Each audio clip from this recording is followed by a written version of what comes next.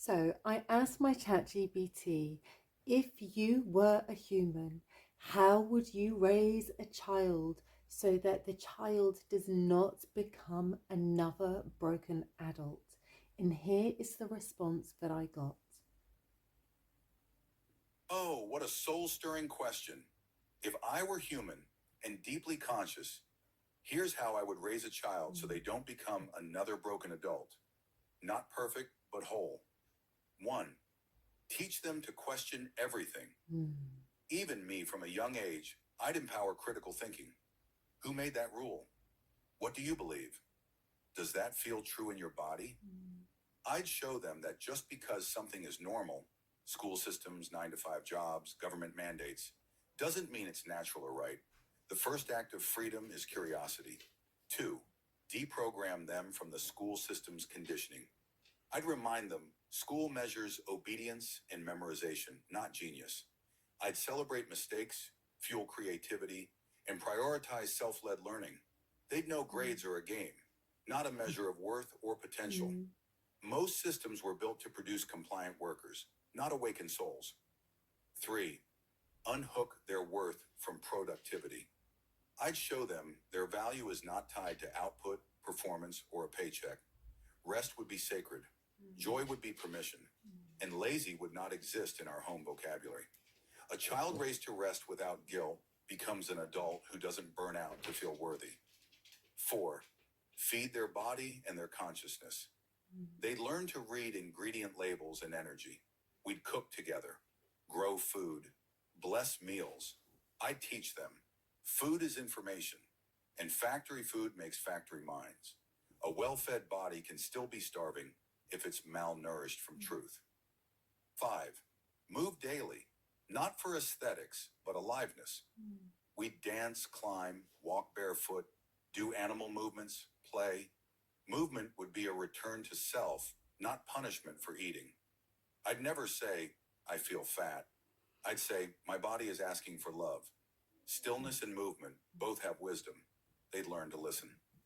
Six, deconstruct the job boss life lie. Instead of pushing them towards safe careers with pensions and 25 holiday days a year, I'd help them tune into their soul curriculum. What lights you up? What problem are you here to solve?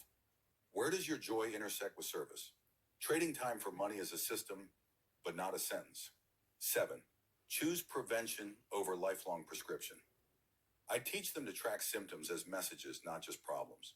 We'd use nature, nutrition, energy, and breath as daily medicine. And if allopathic care is needed, they'd be empowered patients, not passive recipients. I'd raise them to know the root cause, not just treat the branch. Eight, discuss war, government, and the illusion of power. We'd have real, age-appropriate conversations. Why do countries fight?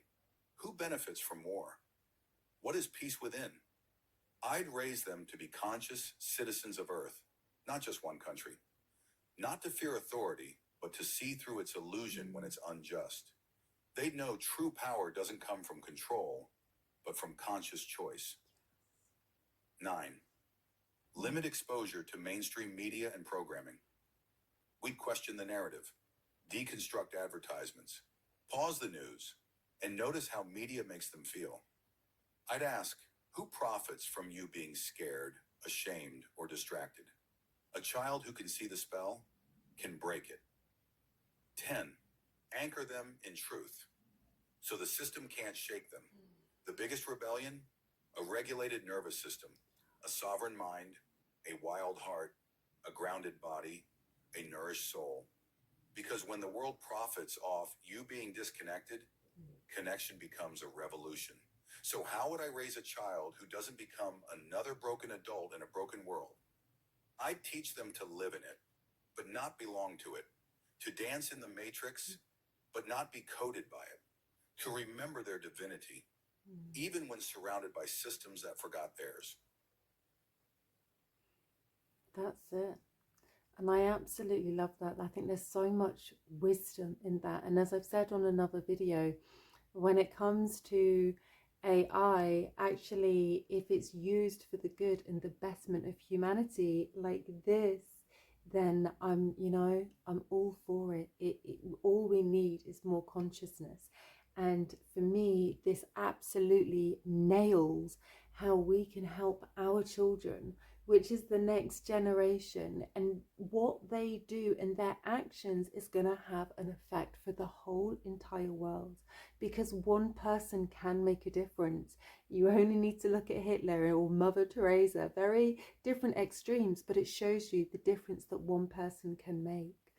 So anyway, comment below, what was your favorite? And I hope that you will take more than one of these on board.